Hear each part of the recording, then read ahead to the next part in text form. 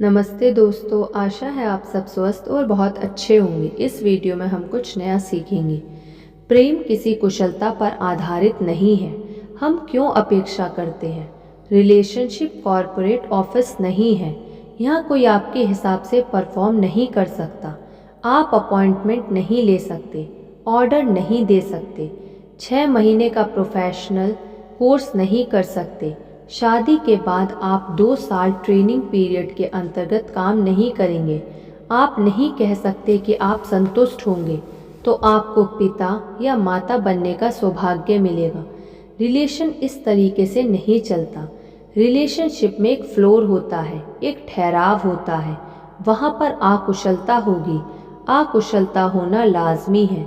जब भी आपके रिश्ते में कड़वाहट होती है, आप परामर्श के लिए जाते हैं। एक तरफ पति सोचता है कि उसकी पत्नी उसके हिसाब से नहीं चल रही है और पत्नी सोचती है कि उसका पति उसके हिसाब से नहीं चल रहा। लेकिन इन दोनों के बीच जो साधारण बीज है वह यह है कि आप कुछ अच्छा एक दूसरे को नहीं दे पा रहे हैं। अगर मैन्युफैक्चरिंग डिफेक्ट होता है तो आप मैन्युफैक्चरर से पूछते हैं, मैन्युफैक्चरिंग से नहीं पूछते हैं। आप किसी से सवाल नहीं पूछ सकते कि वह ऐसा क्यों है। आप शिकायत करते हैं कि वह हमेशा गुस्से में रहता है और उसके गुस्से को हम हैंडल नहीं कर सकते।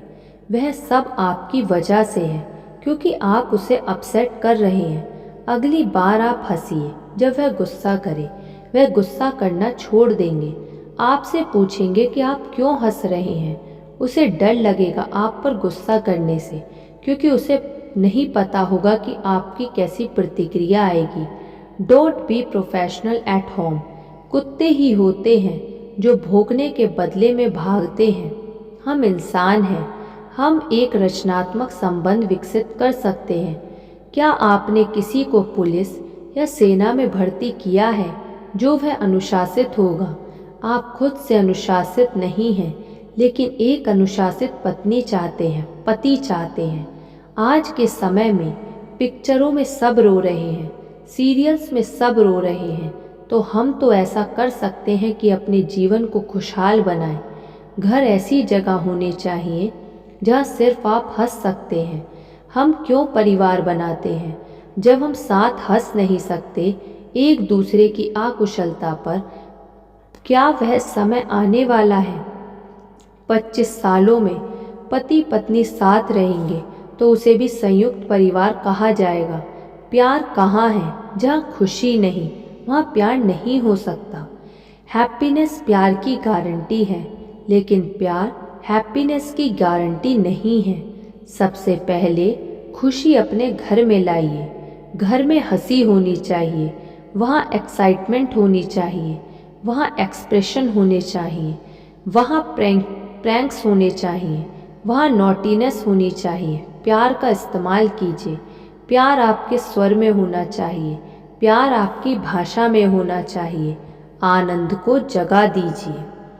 शिष्य और गुरु हर साल साथ साथ 6 महीने के लिए जंगल में तपस्या करने के लिए जाते हैं और 6 महीने बाद लौटते हैं।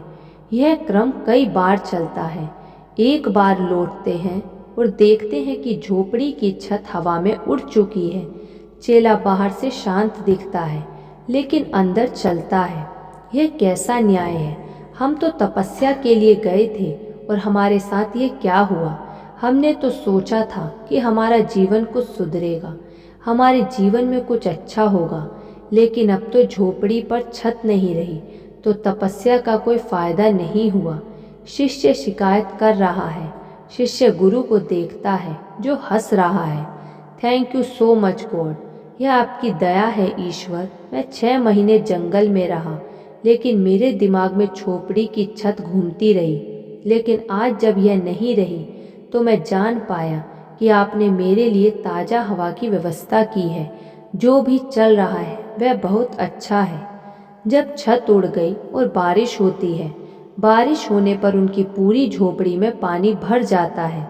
शिष्य गीला हो जाता है। वह गुस्से से भर जाता है। गुस्से में चिल्लाते हुए कहता है कि हे ईश्वर, यह क्या किया? अब तो हद हो गई। मैंने इतनी तपस्या की, मेरी छत उड़ा दी और बारिश, और सामने झोपड़ी के बाहर गुरु नाच रहा है, क्योंकि वह कह पा रहा है कि ईश्वर, तुम्हें पता था कि मैं 6 महीने तक तपस्या में रहा तो नहा नहीं पाया। चेला कहता है, क्या अच्छा किया, सब कुछ गलत हो रहा है, आप ये कैसे कह सकते हैं? गुरु कहता है कि प्रार्थना ईश्वर तक पहुंचती है या नहीं, मेरी प्रार्थना उस तक पहुंची है या नहीं, मैं नहीं कह सकता, लेकिन मैं यह जानता हूँ कि हर क्षण मेरे लिए कृतज्ञता से भरा हुआ है, क्योंकि मेरा मन शांत है।